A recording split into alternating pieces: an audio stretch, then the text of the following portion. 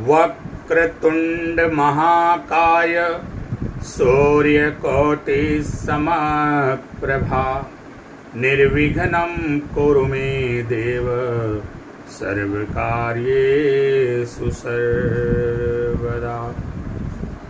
ओम सर्वमंगल मांगल्ये शिवे सर्वार्थ साधिके शरणे त्र्यंबके गौरी नारायणी नमोस्तुते। नमस्कार। दिव्य ज्योतिष परामर्श केंद्र में आप सभी लोगों का स्वागत है। मित्रों, आज मैं आप सभी लोगों के मध्य एक ऐसा विषय लेकर के आया हुआ हूँ। बड़ा ही गंभीर विषय है और तमाम लोग, बहुत सारे लोग इससे परेशान भी हैं, पीड़ित भी हैं और समस्याग्रस्त भी हैं। आज का जो हमारा विषय है वो विषय ये है कि आप देखेंगे समाज में बहुत सारे नवयुवक, नवयुवतियां, बालक बालिकाएं ऐसे भी हैं जिनका विवाह नहीं हो पा रहा है, जिनके विवाह का योग नहीं बन पा रहा है। बड़े मुश्किल से अगर कहीं बात बनती भी है तो बात बिगड़ने में टाइम नहीं लगता, विवाह कट जा रहा है। तमाम प्रक्रियाएं हो जाने के बाद लोग प्रक्रियाओं को वापस ले ले रहे हैं। त्रस्त है परिवार, समस्याग्रस्त है। तो आज हम अपने इस वीडियो में ये जानने का प्रयास करेंगे कि आखिर वजह क्या है, कारण क्या है कि विवाह में इतना विलंब हो रहा है। विवाह योग्य जो उम्र है वो निकली चली जा रही है, लेकिन विवाह का योग नहीं बन पा रहा है। और आप देखेंगे वहीं कुछ लोग ऐसे भी होते हैं, बड़ी कम उम्र में ही उनका विवाह हो जाता है। परिवार वाले टालना भी चाहते हैं लेकिन नहीं टल पाता, अंततोगत्वा विवाह हो ही जाता है। मैंने देखा है बहुत सारे लोग वेल टैलेंटेड हैं, वेल एजुकेटेड हैं, पर्सनालिटी भी उनकी ठीक ठाक है, रोजगार भी करते हैं, यानी विवाह के लिए सर्वथा उपयुक्त हैं, फिर भी विवाह नहीं हो पा रहा है। वहीं बहुत सारे लोग ऐसे भी हैं, बेरोजगार हैं, कम पढ़े लिखे हैं, व्यक्तित्व में उतना दम नहीं है, लेकिन फिर भी उनका सुंदर विवाह हो रहा है। तो मैंने अनुभव किया है, मैं इतने दिनों से जो कुंडलियां देख रहा हूं, मैंने अनुभव किया है, मैंने उसमें पाया है कि आपकी कुंडली में स्थित जो ग्रह हैं, सारी की सारी जिम्मेदारी उन्हीं की है। समय से पहले विवाह, समय से विवाह या विलंब,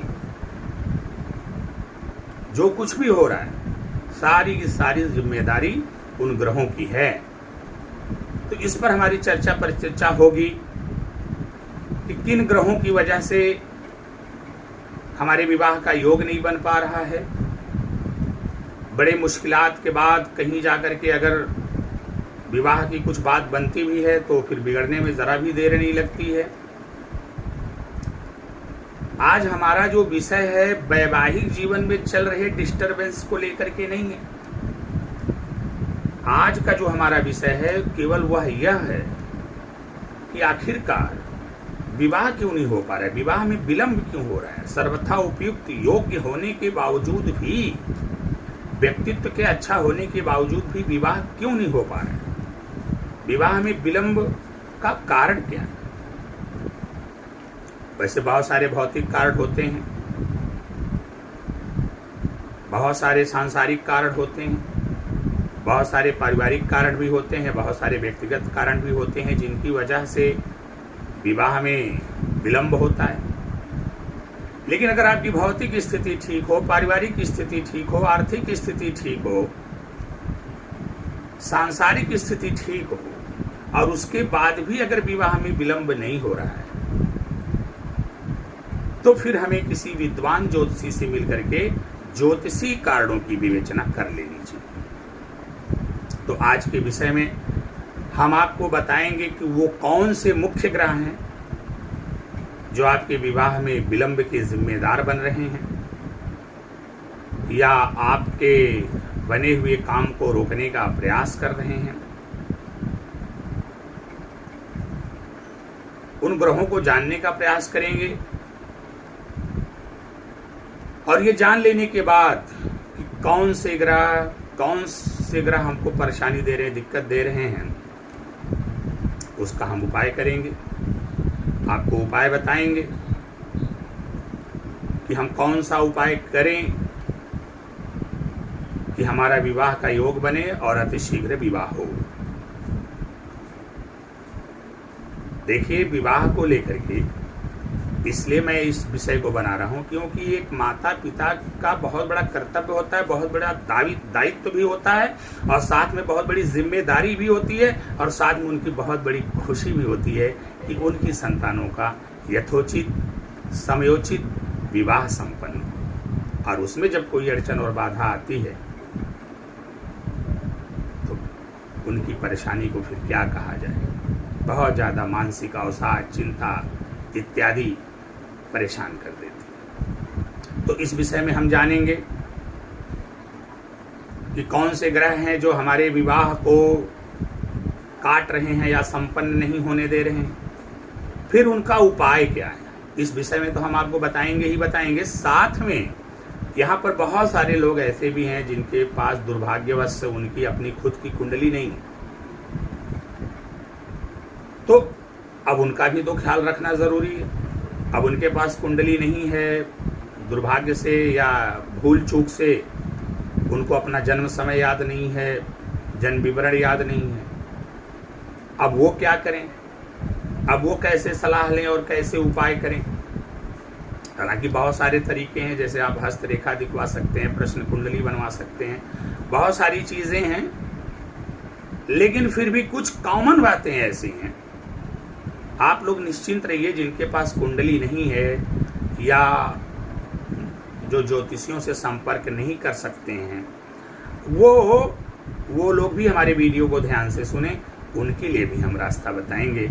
और यहाँ जो ऐसा कॉमन उपाय बताएंगे जो आपके ऊपर भी 100% कारगर साबित होगा, और विवाह में यदि कोई अड़चन, परेशानी, बाधा है तो वो दूर हो जाएगी, और बड़े ही समय से चमत्कारिक रूप से विवाह के योग बनेंगे और आपके घर शहनाई बजेगी। इससे पहले कि हम अपने चर्चा को विस्तार दें, आपसे हमारा एक छोटा सा निवेदन है कि आप सभी लोग हमारे चैनल को अधिक से अधिक सब्सक्राइब करें, अपने मित्रों, दोस्तों, परिवारजनों, बंधुजनों से भी सब्सक्राइब करवाएं, बेल आइकन का बटन भी दबाएं, और साथ में हमने ज्योतिष से संबंधित बहुत सारी चर्चा पर चर्चा अपने चैनल के अंदर की हुई है, वीडियोस हमने डाले हुए हैं। आप उन वीडियोस को देखिए, लाइक, कमेंट और शेयर करिए, और उनमें बताए हुए रास्तों को अपना करके आप अपने जीवन को सुख, समृद्धि, खुशहाली एवं सफलता के मार्ग पर अग्रसर करिए। तो मित्रों, आशा करते हैं कि आप हमारे चैनल को सब्सक्राइब करेंगे और लोगों से सब्सक्राइब भी करवाएंगे। आइए अपने विषय पर वापस आते हैं। सबसे पहले ये जानने का प्रयास करते हैं कि वो कौन ग्रह हैं जो विवाह को काटने का काम करते हैं, जो काट देते हैं, लगी लगाई शादी को काट देते हैं, विवाह को काट देते हैं। विवाह को काटने वाले ग्रहों को सबसे पहले पहचानना है। तो इसमें मुख्य रूप से 3 ग्रहों का हम नाम लेंगे। सबसे पहले हम नाम लेंगे केतु का। ये विवाह को काटने में बड़े माहिर हैं।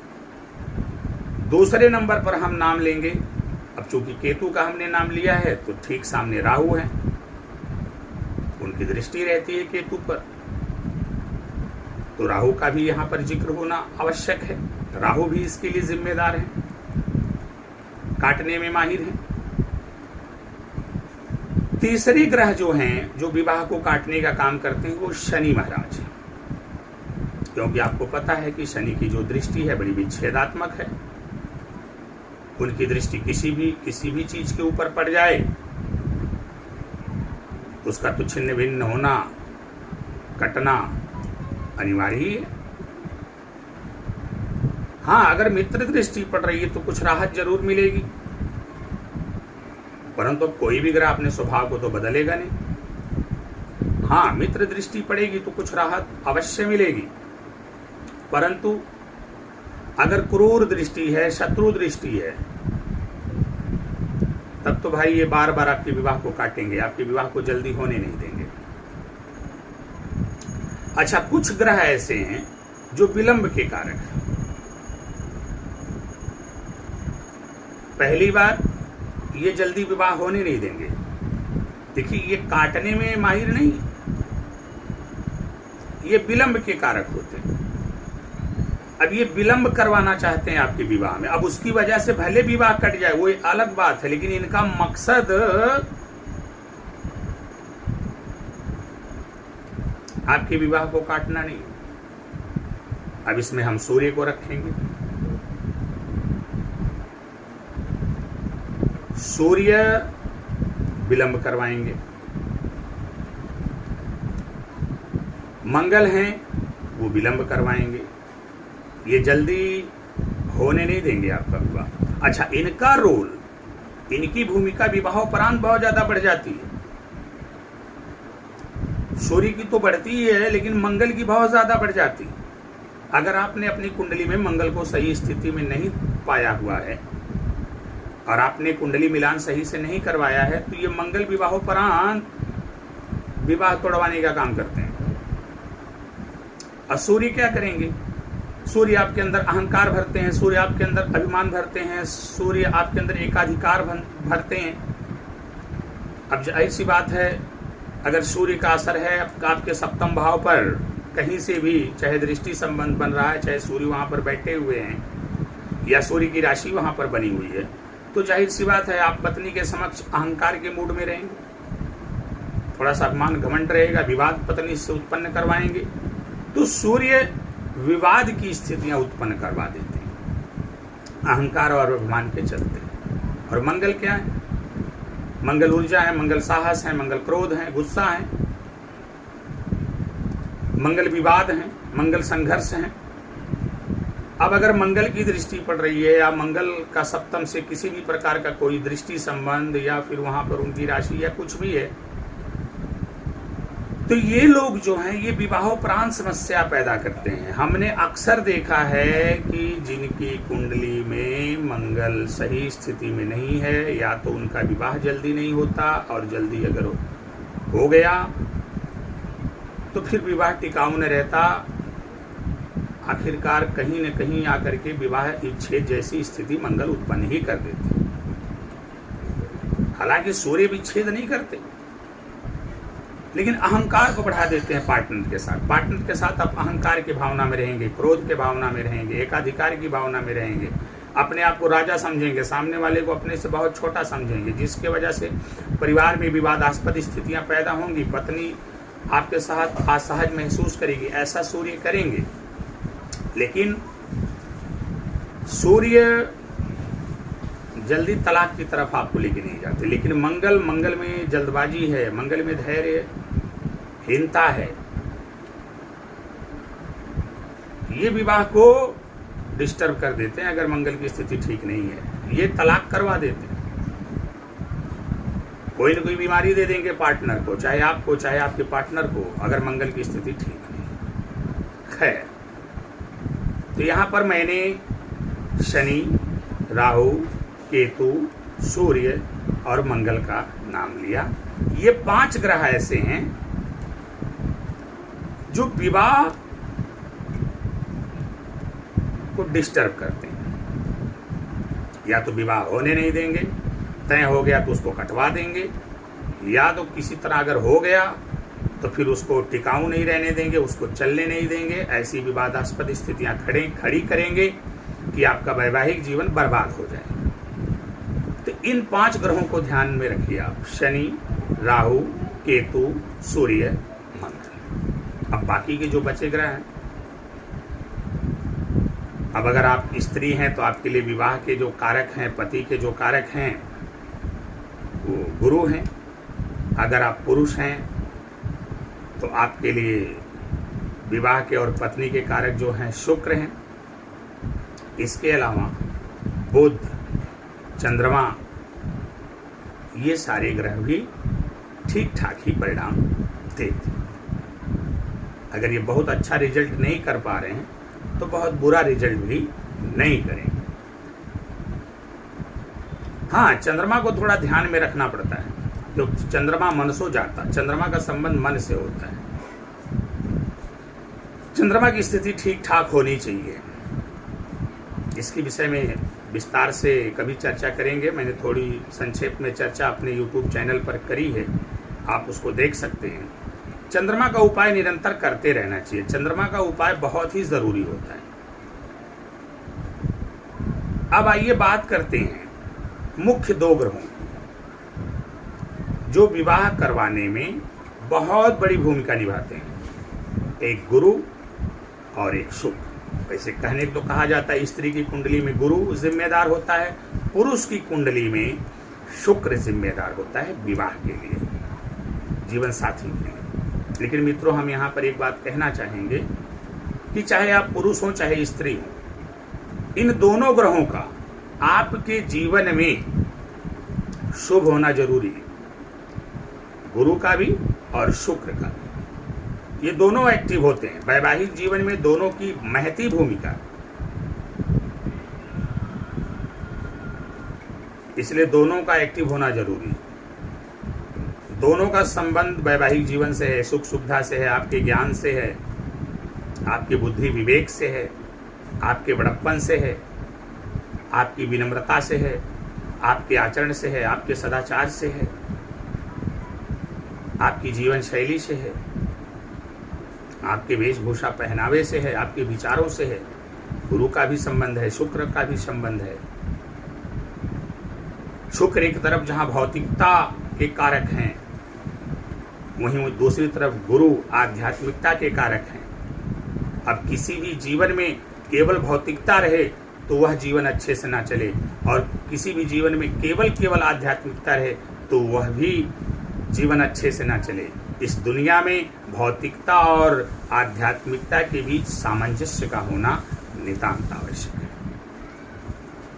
इसलिए गुरु और शुक्र की स्थिति आपकी कुंडली में सबसे पहले अच्छी होनी चाहिए। और यदि आपके पास कुंडली नहीं है तो भी हम बताएंगे कि आप अपने गुरु और शुक्र को कैसे अच्छा कर सकते हैं।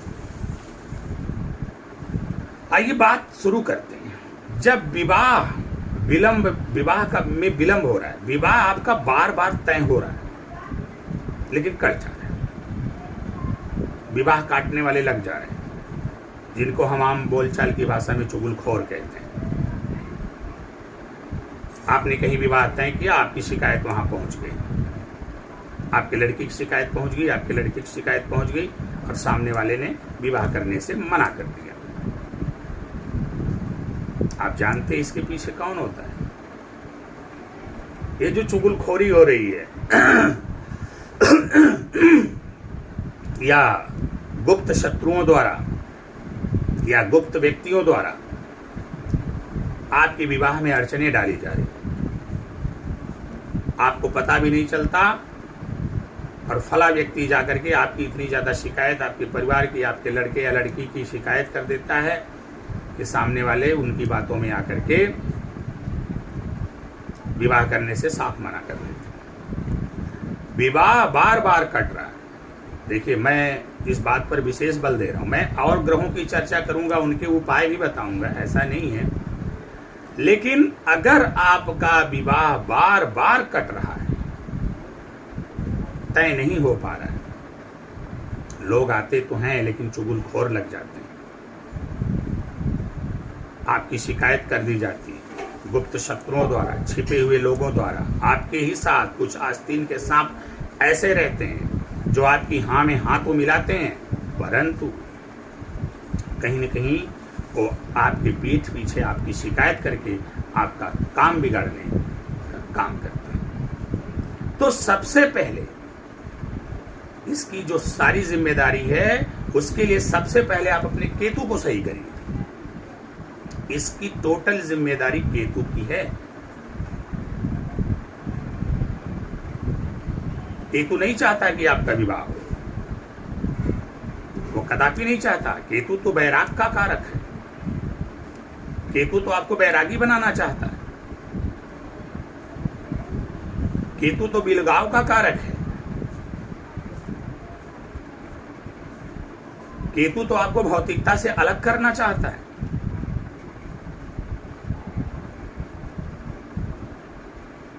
केतु के दो स्वरूप हैं। एक उनका सुंदर स्वरूप है। अगर सुंदर रूप में केतु आपकी कुंडली में, आपके जीवन में मौजूद है, तो फिर तो आपसे बढ़िया ईश्वर का भक्त और ईश्वर की अनुकंपा पाने वाला कोई हो ही नहीं सकता। आपसे अच्छा महात्मा सज्जन व्यक्ति कोई अच्छा हो ही नहीं सकता अगर केतु आपके साथ अच्छी स्थिति में है। मैंने कहा केतु के दो रूप हैं। एक इनका अच्छा रूप जो संत स्वरूप है, और एक इनका दूसरा रूप है जो बहुत ही खराब है, घटिया है। एक उदाहरण से अगर समझा जाए, केतु मतलब मैसेंजर, केतु मतलब संदेश वाहक, केतु मतलब दूत, जो इधर की बातें उधर करते हैं। अब अगर केतु के सकारात्मक पहलू की बात की जाए तो हम यहाँ पर भगवान नारद को लेकर आएंगे। महर्षि नारद, देवर्षि नारद, ये केतु के सकारात्मक स्वरूप है। ये केतु के आध्यात्मिक स्वरूप है। ये केतु के धार्मिक स्वरूप है। ये केतु के संत स्वरूप हैं देवर्षि नारद। देवर्षि नारद की भी विशेषता रही, ये बातों को इधर से उधर करते रहे, पहुंचाते रहे, लेकिन इन्होंने कभी विनाश के लिए ऐसा कुछ नहीं किया, नकारात्मक भावना के साथ अच्छा ऐसा कुछ नहीं किया। उन्होंने जो कुछ भी किया भले के लिए किया। तो जब केतु अपने सकारात्मक स्थिति में रहता है तो वो नारद का स्वरूप लेता है, भगवान नारद का, और दो दिलों को, दो लोगों को जोड़ने का काम करता है। कथानक बड़ा लंबा होगा, कथानक में जाएंगे तो बात बड़ी लंबी हो जाएगी।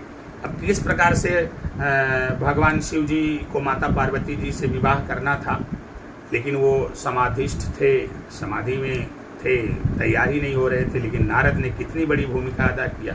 बहुत सारे लोगों का उन्होंने विवाह करवाया नारद जी ने, दूत बन करके, संदेश वाहक बन करके। आप सभी लोग तो कथा पूरी जानते हैं। तो जब केतु अपने अच्छे स्वरूप में होता है, दिव्य स्वरूप में होता है, तो नारद जैसा होता है।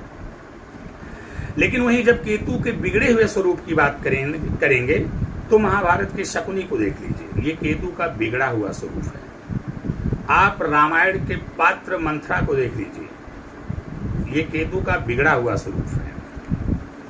और अपने वर्तमान समाज में ऐसे लोगों को देख लीजिए जो चुगलखोरी करते हैं, इधर की बात उधर करते हैं और गलत भावना के साथ करते हैं। ये केतु का बिगड़ा हुआ रूप है।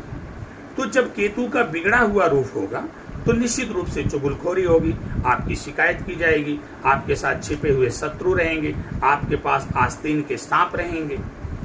तो अगर आपके विवाह में अड़चन आ रही, विवाह में विलंब हो रहा है, विवाह तय हो जा रहा है लेकिन कट जा रहा है, चुगलखोरी हो जा रही है, लोग कहीं न कहीं जो है बने बनाए काम को बिगाड़ दे रहे हैं, तो सबसे पहले आप अपने केतु को पकड़ लीजिए और केतु का उपाय करिए। और केतु का उपाय मैं आपको बता दूं। अब केतु के उपाय में आपको क्या करना है? केतु के उपाय में आपको तो सबसे पहले गणेश जी की आराधना करनी चाहिए। भगवान गणेश की आराधना करनी चाहिए, ये पहला उपाय। गणेश जी की आराधना करिए और केतु के बीज मंत्र का प्रत्येक दिन एक माला जाप करिए ओम श्राम श्रीम श्रौं सह केतुवे नमः। एक माला इनके बीज मंत्र का जाप करिए आप। छोटे बच्चों को कुछ न कुछ टॉफी इत्यादि उपहार गिफ्ट इत्यादि देते रहिए और कुत्तों को रोटी खिलाइए, उनकी सेवा करिए। काला कुत्ता है तो और अच्छी बात है, नहीं है तो जो भी कुत्ते हैं उन्हीं की सेवा करिए। साथ ही आप एक छोटी सी लाल कपड़े की झंडी बनवाइए, 43 झंडियाँ बनवा लीजिए। 43 झंडियाँ बनवा करके प्रत्येक मंगलवार से शुरू करके 43 दिन लगातार, इस मंगलवार से शुरू करना है और 43 दिन लगातार अलग अलग मंदिरों में आप झंडी लगाइए। केतु क्या है? केतु ध्वजा है, पताका है। वो झंडी जितना लहरेगी, जितना फहरेगी, केतु को उतनी ही प्रसन्नता मिलेगी। इसके अलावा सोमवार से शुरू करके 43 दिन लगातार एक मुट्ठी काला तिल और एक मुट्ठी सफेद तिल दोनों आपस में मिला करके बहते हुए जल में प्रवाह करिए।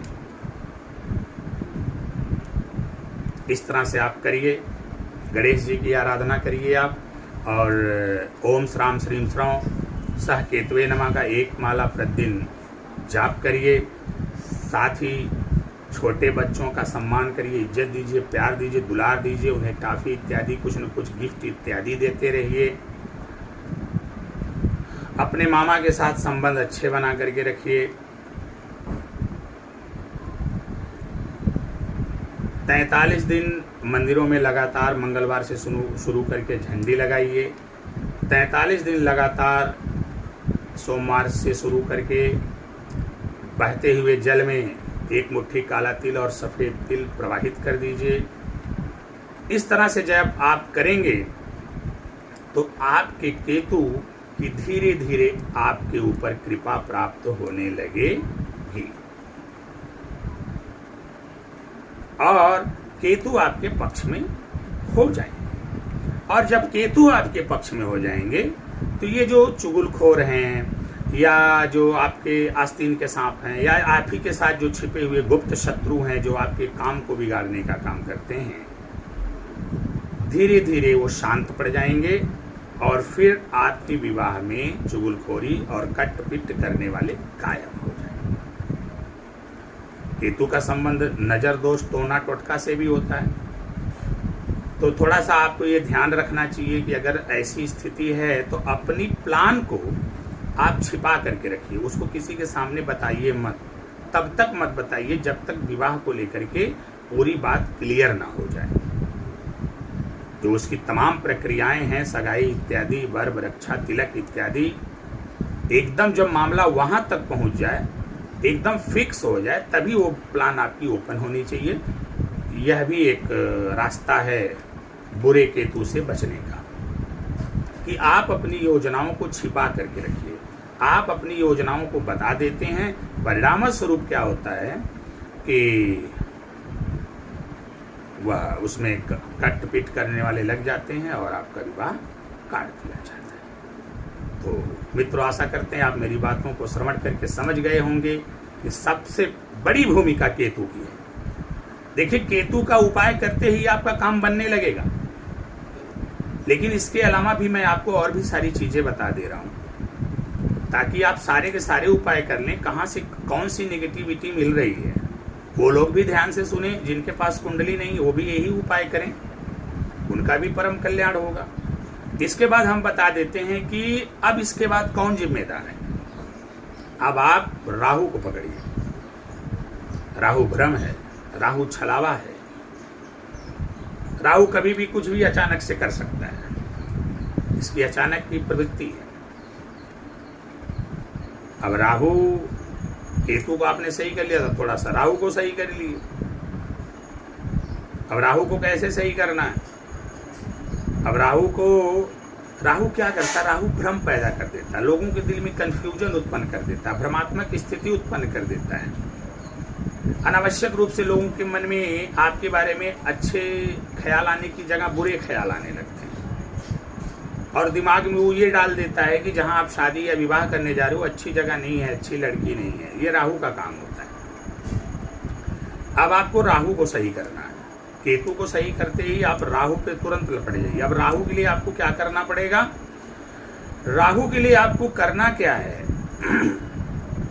आप नारियल ले लीजिए, 6 नारियल लेकर आइए जटाधारी, और जो जातक या जातिका है जिसका विवाह आपको करना है उसके सर से 7 बार उल्टा वार करके बृहस्पतिवार शाम को बहते हुए जल में प्रवाहित कर दीजिए। एक बृहस्पतिवार ऐसा आप करिए। पहला काम तो ये करना है आपको। दूसरा काम, 1.25 मीटर काला कपड़ा ले लीजिए, 1.25 किलो काली उड़द ले लीजिए, एक लोहे की कैंची ले लीजिए, लड़के या लड़की के लंबाई के बराबर काला धागा ले लीजिए, 1-1 रुपए का 5 ठो सिक्का ले लीजिए।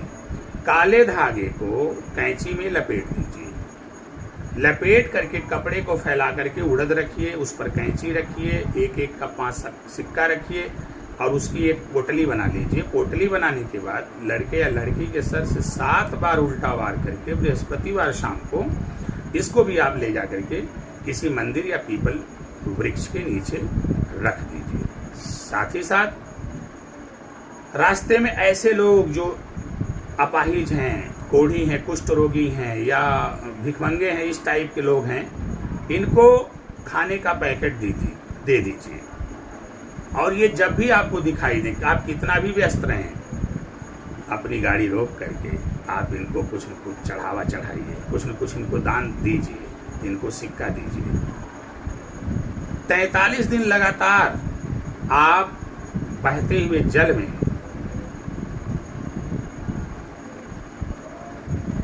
सिक्का डालिए, 1 रुपए का सिक्का डाल दीजिए। तो इस तरह से जब आप करेंगे तो आपके राहु भी शांत हो जाएंगे, तो लोगों के मन में जो आपको लेकर के अनावश्यक भ्रम की स्थिति उत्पन्न होती है वो खत्म हो जाएगी। अब आइए बात करते हैं शनि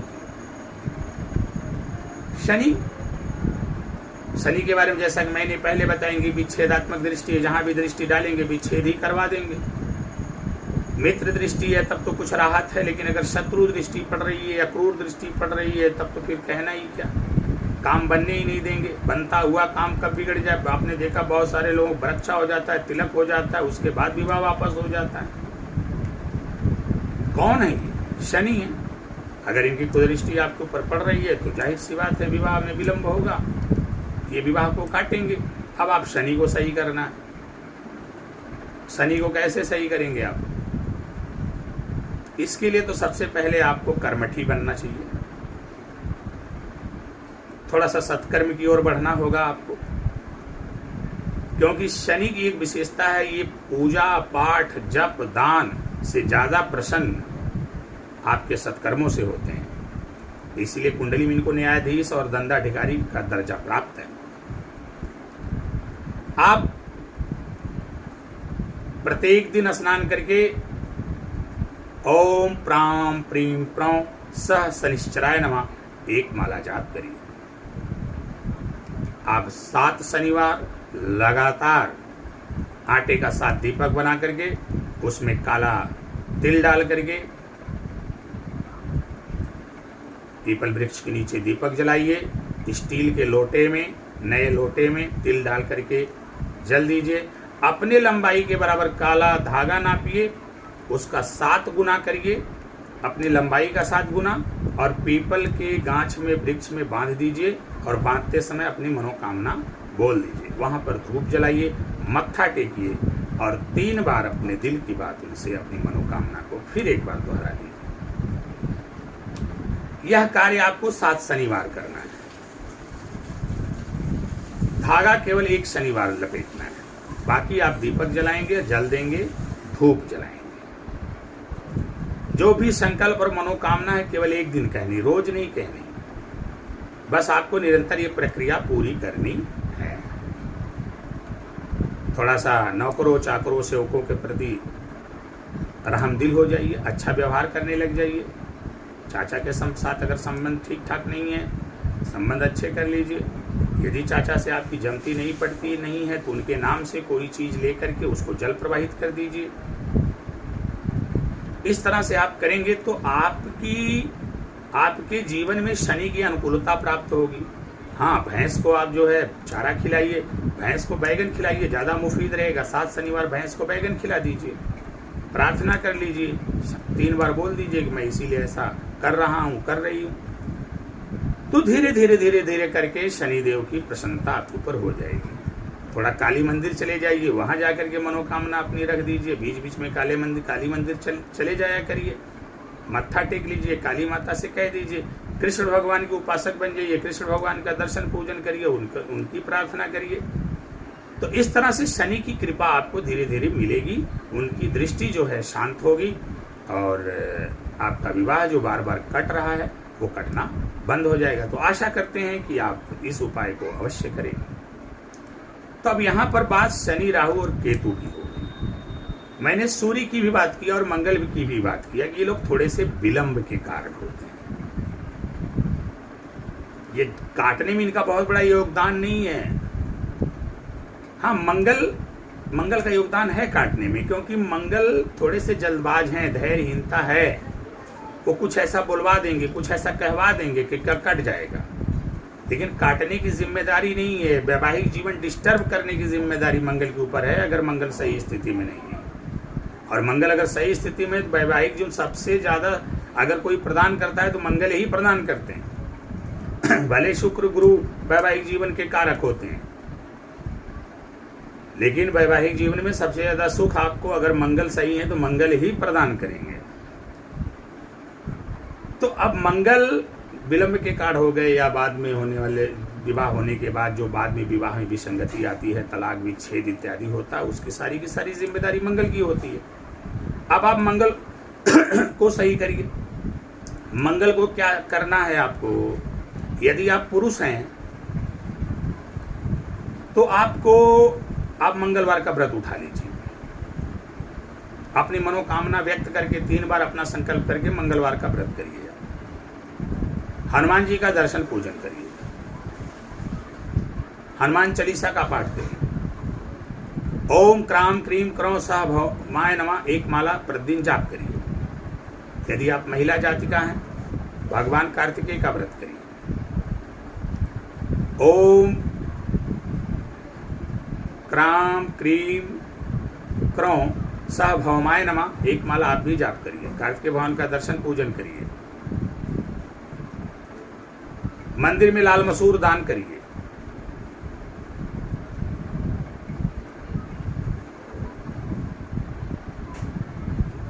रोज सुबह ब्रश करने के बाद शहद खाकर पानी पीने की आदत डालिए।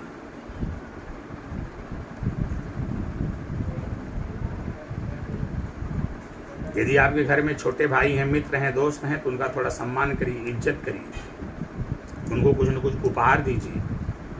हनुमान जी को चोला चढ़ाइए। इस तरह से आप करेंगे, आप देखेंगे बहुत जल्द ही मंगल की सकारात्मक ऊर्जा आपको मिलनी शुरू हो जाएगी और आपके विवाह में जो विलंब हो रहा है वो विलंब होना रुक जाएगा और आपके विवाह के योग बनने लगेंगे। तो ये तो बात रही मंगल की। सूर्य, आइए बात करते हैं सूर्य की। सूर्य क्या करते हैं? सूर्य, अगर सूर्य की वजह से विवाह कटता है तो आपके घमंड की वजह से, आपके अभिमान की वजह से, आपके बड़बोलेपन की वजह से, आपके एकाधिकार की वजह से कटता है। आप सामने वाले को महत्व ही नहीं देंगे। जो आपके दरवाजे पर आएगा आपकी लड़की या लड़के को देखने के लिए, आप उसके साथ कुछ ऐसा अहंकारपूर्ण बर्ताव कर देंगे कि वो भड़क जाएगा, विवाह नहीं करेगा। अगर सूर्य की वजह से विवाह कट रहा है, हालांकि ये विवाह काटते नहीं है, लेकिन आपका अहंकार कटवा देगा। तो इसके लिए आपको क्या करना है कि थोड़ा अपने पिता की सेवा करिए। आप सभी लोग पिता की सेवा करिए, पिता का आशीर्वाद लीजिए। रोज सुबह उठते ही पिता के चरण स्पर्श करिए। अब पिता के कर रहे हैं तो माता का भी कर लीजिए, चंद्रमा भी सही होता चलेगा साथ में। तो माता पिता की सेवा करिए, माता पिता का आदर करिए, इनका चरण स्पर्श करिए, इनसे प्रतिदिन आशीर्वाद लीजिए। सूर्य भगवान को आप अर्घ्य दीजिए। तांबे के लोटे में जल, गुड़, लाल फूल और लाल रोरी डाल करके सूर्य भगवान को जल दीजिए। 7 रविवार मंदिरों में बंदरों को गुड़ और गेहूं खिला दीजिए। ऐसा आप करते रहिए, आपके सूर्य आपके ऊपर अपनी कृपा दृष्टि करेंगे और विवाह का जो विलंब हो रहा है उस विलंब को रोकेंगे और यथाशीघ्र विवाह के योग बना देंगे। तो ये तो बात रही उन ग्रहों की जो आपके विवाह में कटने और विलंब के कारण है या बाद के वैवाहिक जीवन को डिस्टर्ब करने के कारक है। आशा करते हैं आप हमारी वीडियो को ध्यान से सुन रहे होंगे और ध्यान से सुनने के बाद इसमें जो मैं उपाय बता रहा हूं उसको आप अवश्य करेंगे। तो इन ग्रहों को मैंने कहा शांत करना है, इनको प्रसन्न करना है, इनको शुभ करना है। अब बात करते हैं विवाह के लिए संपूर्ण योग कारक ग्रहों की बात की। तो मैंने शुरू में ही बताया था कि स्त्री है तो उसके लिए बृहस्पति होता है, पुरुष है तो उसके लिए शुक्र होता है।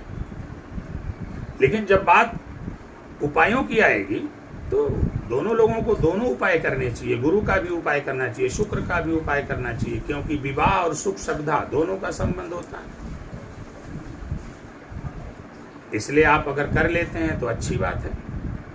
आइए सबसे पहले बात करते हैं स्त्री जातक की। यदि आप महिला हैं और आपका विवाह नहीं हो पा रहा है, आप कन्या है, आपका विवाह नहीं हो पा रहा है, विवाह में अड़चन आ रही, विलंब आ रही, बात नहीं बन पा रही, बात बनते बनते बिगड़ जा रही, तो आपके लिए तो सबसे जबरदस्त उपाय है, आप बृहस्पतिवार का व्रत करिए। बृहस्पतिवार के दिन पीले कपड़े पहनिए, केसर मिलाकर के माथे पर पीला चंदन लगाइए, पूरे विधि विधान पूर्वक बृहस्पतिवार का व्रत करिए। और आप ओम ब्रीम बृहस्पतये नमः एक माला प्रतिदिन जप करिए। जल में 1 चुटकी हल्दी डाल करके स्नान करिए। बृहस्पतिवार से शुरू करके लगातार करते रहिए, तब तक करते रहिए जब तक कि आपका विवाह संपन्न ना हो जाए। किसी मंदिर चले जाइए, 4 बृहस्पतिवार 400 ग्राम चने की दाल, 4 गांठ हल्दी मंदिर में रख दीजिए। 4 बृहस्पतिवार करना है। भगवान से कह दीजिए कि विवाह में विलंब हो रहा है, अब विलंब नहीं होना चाहिए, भगवान की कृपा होगी, विलंब नहीं होगा। वहीं पर यदि आप पुरुष हैं तो आपके लिए भी जरूरी है, आप माता लक्ष्मी की आराधना करिए।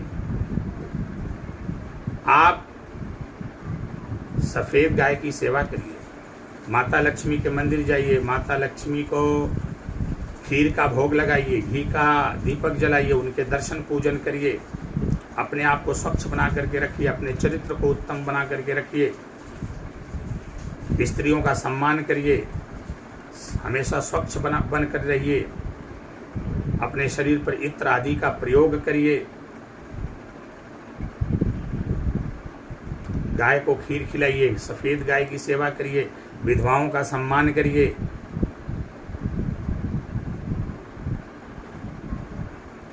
घर की स्त्रियों की इज्जत करिए।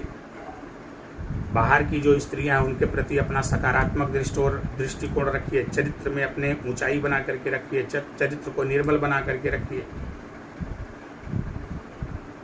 ओम शुम शुक्राय नमः एक माला प्रतिदिन जाप करिए। आप ललिता सहस्त्र नाम का भी पाठ कर सकते हैं। स्टील की कटोरी में गाय का देसी घी भर करके बहते हुए जल में प्रवाहित कर दीजिए। लक्ष्मी जी के मंदिर में कांसे के लोटे में चने की दाल भर करके दान कर दीजिए। इस तरह से आप लक्ष्मी जी की आराधना करें। अपने शुक्र ग्रह को शुभ और बलि कर लीजिए। तो जैसा कि मैंने दोनों लोगों के लिए बता दिया, अब एक ऐसा उपाय बता रहा हूं आपके लिए कॉमन है, आप दोनों लोगों को ये करना है।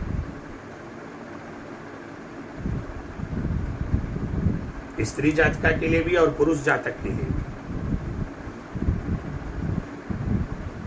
आप दोनों लोगों को यह उपाय करना परम आवश्यक है।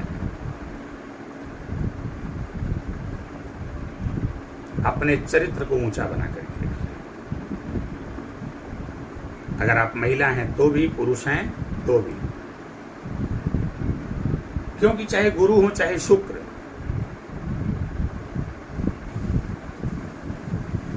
चरित्र से ही ये दोनों प्रश्न होते हैं। गुरु कोई भी हो, अब शुक्र दैत्य गुरु हैं और गुरु बृहस्पति देवताओं के गुरु हों, तो चाहे दैत्य गुरु हो चाहे देवताओं के गुरु हैं, लेकिन जो गुरु होता है वो गुरु होता है। और गुरु प्रसन्न किससे होता है? अपने शिष्य के सद्विचार से, सच्चरित्र से, उसकी सुचिता से, उसके पवित्रता से। तो इस प्रकार आप दोनों के लिए जरूरी है कि अपने चरित्र को ऊंचा बनाइए, सद्विचार रखिए, सच्चरित्रता रखिए। तो इतना आप करिए, 100% गारंटी है, इस बात का पूरा दावा है। जो मैंने आपको बताया है, आपने उसका अक्षरशः पालन कर लिया, तो आप एक सादे कागज पर रेड पेन से नोट कर लीजिए कि 1.25 महीना, 3 महीना, अधिक से अधिक 6 महीना, इसके भीतर आपका विवाह तय हो जाएगा और बहुत ही सुंदर और अच्छा विवाह होगा। बाद में आप यही कहते हुए नजर आएंगे, देर आए लेकिन दुरुस्त आए। बहुत अच्छा।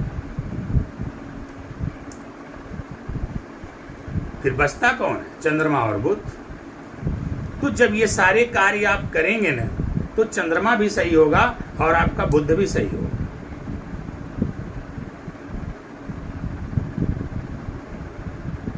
थोड़ा सा शिवलिंग पर चले जाइए सोमवार के दिन।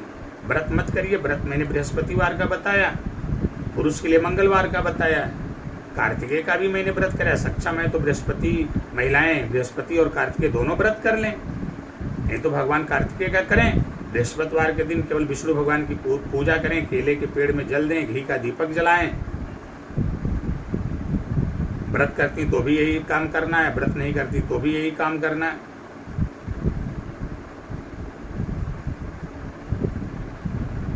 आप सोमवार के दिन शिवलिंग पर जाइए, चाहे पुरुष हैं चाहे महिला, शिवलिंग का पंचामृत से अभिषेक करिए। शिवलिंग का जब आप पंचामृत से अभिषेक करेंगे और वहां शिवलिंग पर अपना मत्था टेकिए और भगवान भोलेनाथ से अपनी मनोकामना रख दीजिए। देवों के देव महादेव को प्रसन्न होने में देर नहीं लगती। बस आपके अंदर श्रद्धा विश्वास होना चाहिए। रामायण में लिखा हुआ, रामचरितमानस में, कि बंदो भवानी शंकरो श्रद्धा विश्वास रूपिणो, यानी आपके अंदर श्रद्धा हो जाए, विश्वास हो जाए, तो भगवान शंकर और माता पार्वती दोनों लोगों की कृपा आपको प्राप्त हो जाती है। बचे हैं बुध। बुध के लिए क्या करना है? बस चिड़ियों को दाना डाल दीजिए, गणेश जी को दुर्वा चढ़ा दीजिए, बहन बेटी बुआ के साथ अच्छा व्यवहार रखिए, किन्नरों की सेवा कर दीजिए, उन्हें कुछ दान उपहार, हरी चूड़ी, हरी साड़ी और कुछ मुद्रा उनको दान दे करके उनका आशीर्वाद ले लीजिए। तो इस प्रकार अगर ज़्यादा दिक्कत हो रही है तो तांबे का एक सिक्का ले लीजिए, उसमें अंदर छेद करवा करके उसको सफ़ेद धागे में डाल करके गले में धारण कर लीजिए। तो इस प्रकार के संक्षेप में बहुत छोटे छोटे उपाय, बड़े सरल हैं। सुनने में केवल लग रहा है कि थोड़ा लंबा है, विलंब होगा, लेकिन नहीं, कुछ नहीं। आप जो अपने जीवन में समस्या झेल रहे हो ना, उसके हिसाब से ये बहुत कम समय में संपन्न हो जाएगा। मुश्किल से महीना, 2 महीना, 3 महीना जाते जाते आपके सारे उपाय हो जाएंगे। बस वही व्रत वगैरह, पूजा पाठ आपका चलेगा, चलाते रहिए।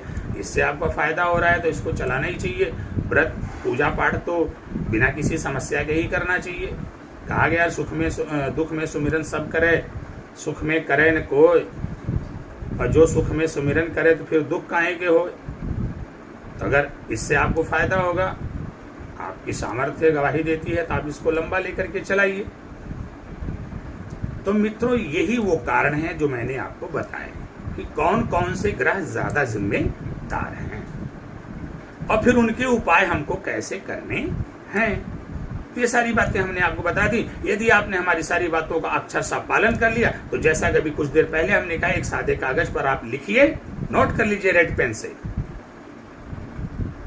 1.25 महीना, 3 महीना, ज्यादा से ज्यादा 6 महीना, इससे ज्यादा विलंब होने वाला नहीं है। ना आपका विवाह तय होगा, आपके विवाह को कोई काट नहीं सकता। ये अकाट्य सत्य है, ब्रह्म वाक्य है, जो टलने वाला नहीं है। आप आजमा करके देख सकते हैं, बहुत ही कारगर और सिद्ध उपाय है और मैंने इसको सैकड़ों लोगों पर आजमाया है, हर जगह सफलता ही प्राप्त हुई। प्रिय मित्रों, आशा करते हैं आप हमारे वीडियो को देखने के बाद इन उपायों का अक्षर सा पालन करेंगे और अपने विवाह में आने वाली समस्याओं, परेशानी, बाधाओं का निवारण करते हुए आप विवाह के संपूर्ण सुख को भोगेंगे। जाते जाते पुनः मैं एक बार आपसे कहूंगा, लेकिन सबसे पहले सभी ग्रहों का उपाय करने से पहले आप केतु को सही करिए। अपने केतु को शकुनी और मंथरा के रूप में मत रहने दीजिए, अपने केतु को नारद के स्वरूप में लेके आइए, जो तोड़ने का नहीं जोड़ने का काम करें। अन्यथा केतु वैराग हैं, केतु विलगाव हैं, ये आपको वैराग और विलगाव की तरफ लेकर चले जाएंगे, आपको भौतिक सुखों से वंचित करेंगे। तो सबसे पहले विवाह बार बार कट रहा है, आप केतु का उपाय सबसे पहले करिए। केतु का उपाय करते ही आप देखेंगे आपके साथ चमत्कार हो गया। हो सकता है अन्य ग्रह उतने ज्यादा निगेटिव ना हो, लेकिन जितना केतु है, बार बार विवाह कट रहा है, तय हो रहा है, कट रहा है, तय हो रहा है, कट रहा है, तय हो रहा है, कट रहा है। जाहिर सी बात है, केतु एक्टिव है, अपने बुरे स्वभाव में एक्टिव है। केतु को शांत करिए, आप केतु का उपाय करिए। केतु ही हैं जो आपके विवाह को कटने नहीं देंगे, इसलिए आप सबसे पहले नंबर पर केतु का उपाय करिए। उसके बाद जो सारे उपाय हमने बताए हैं क्रमानुसार सबको करते चले जाइए। आप देखेंगे आपका बहुत बड़ा कल्याण होगा, बहुत बड़ा फायदा होगा। आपका विवाह मैंने जैसा कि कहा 1.25 महीना, 3 महीना, ज्यादा से ज्यादा 6 महीना के भीतर तय हो जाएगा और आप एक सुंदर, सुखी एवं संपन्न वैवाहिक जीवन भोगेंगे। प्रिय मित्रों, जाते जाते मेरा आपसे निवेदन है कि आप मेरे चैनल पर अगर नए हैं तो चैनल को सब्सक्राइब करें, लोगों से सब्सक्राइब भी करवाएं, बेल आइकन का बटन भी दबाएं। इस प्रकार की और भी बहुत सारी बातें जो आपके लिए फायदेमंद होंगी हम आपको बीच बीच में बताते रहेंगे, तो ताकि वो सूचनाएं आपको मिलती रहें। साथ में हमारा ये वीडियो आप लाइक करें, कमेंट करें, अधिक से अधिक शेयर करें, ताकि अन्य लोग जो चाहे आपके अपने हों या पराये हों, अन्य लोग भी इससे लाभान्वित हो सकें और उनके परिवार में सुख, समृद्धि, खुशहाली का वातावरण बने, शहनाई बजे। भगवान भोलेनाथ की कृपा आप लोगों पर सदैव बनी रहे। आपका विवाह हो, आपके घर में सुख, समृद्धि, खुशहाली आए, आपका वैवाहिक जीवन सुखमय हो। इन्हीं कामनाओं के साथ मैं संजीव कुमार मिश्रा आपसे विदा लेता हूँ। फिर मिलेंगे किसी नए विषय को लेकर के, तब तक के लिए नमस्कार। भगवान की कृपा आप पर बनी रहे।